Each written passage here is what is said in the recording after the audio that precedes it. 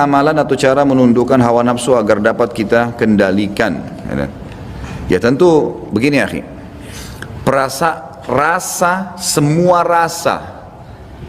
rasa ini istilah di luar tubuh ya. Jadi apa yang kita rasakan, rasa, dan semua yang di dalam tubuh. Kalau bahasa Indonesia ditambah pesamaan terakhirnya, perasaan. Kalau yang di dalam, semua harus tunduk untuk Allah Subhanahu Wa Taala. Suka, sedih, senang, marah, apa saja, benci, itu karena Allah. Kalau antum sudah lakukan ini, tunduk begitu untuk Allah, maka semua bisa terkendali. Semua bisa terkendali. Ini secara otomatis. Dan begini, poin yang lain, sisi yang lain. Ibadah itu, kalau kita kerjakan ibadah itu punya kenikmatan. Pernah saya jelaskan poin ini, tapi sekarang saya tambahkan poin lain. Ibadah itu punya kenikmatan kalau kita kerjakan, ada kenikmatan. Dosa, lawannya ibadah itu juga punya kenikmatan. Jadi memang semua punya kenikmatan.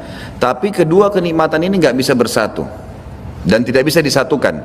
Contoh, kalau ada seorang akhwat kita sudah pakai jilbab rapi, selalu tutup, tidak pernah satu helai rambut pun dilihat oleh selain mahramnya. Satu waktu di rumah, dia lagi buka jilbab, ada laki-laki nyelonong masuk, kelihatan rambutnya. Nyesal nggak dia kira-kira? Hah? Ini masih hidup nggak ini?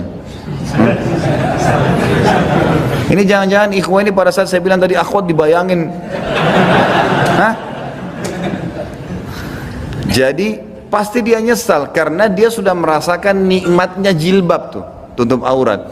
Dan dia pasti tidak.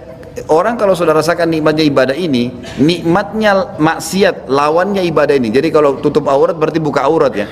Buka aurat ini hilang nikmatnya. Tapi kalau kita balik, orang yang biasa buka aurat, pakai celana pendek, pakai baju kaos ketat, jalan di jalanan semua orang lihat, maka dia merasakan, dia nikmatin itu. Nikmatnya ibadah, nutup aurat hilang. Ya kan gitu. Tapi dia punya kenikmatan. Kalau tidak punya, dia tidak mungkin jalan begitu.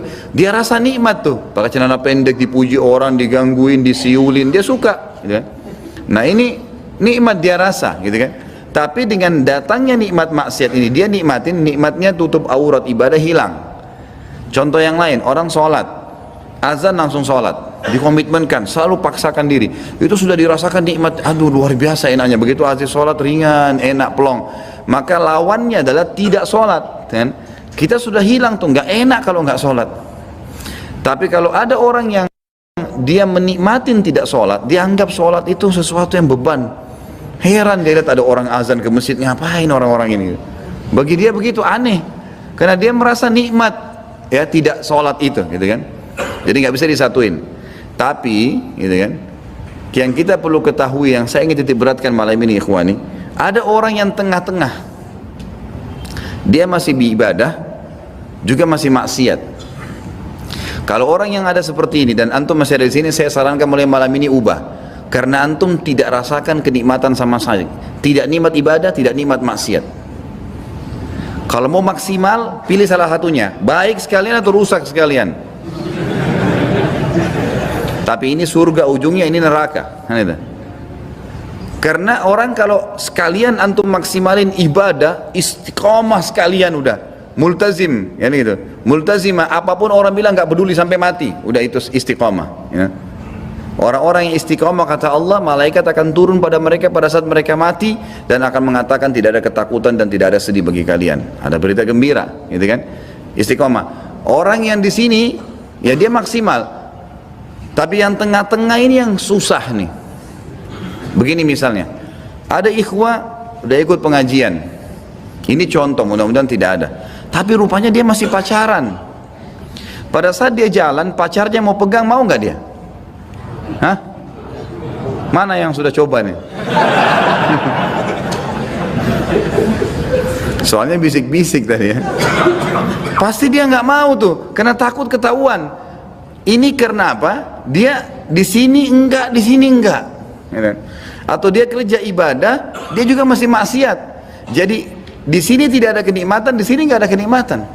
Contoh yang lain, ada orang jaga sholat tapi masih mabuk, jam 2 malam mabuk minum, tapi dia pikir sebentar mau subuh nih. Enak nggak mabuknya? Nggak enak.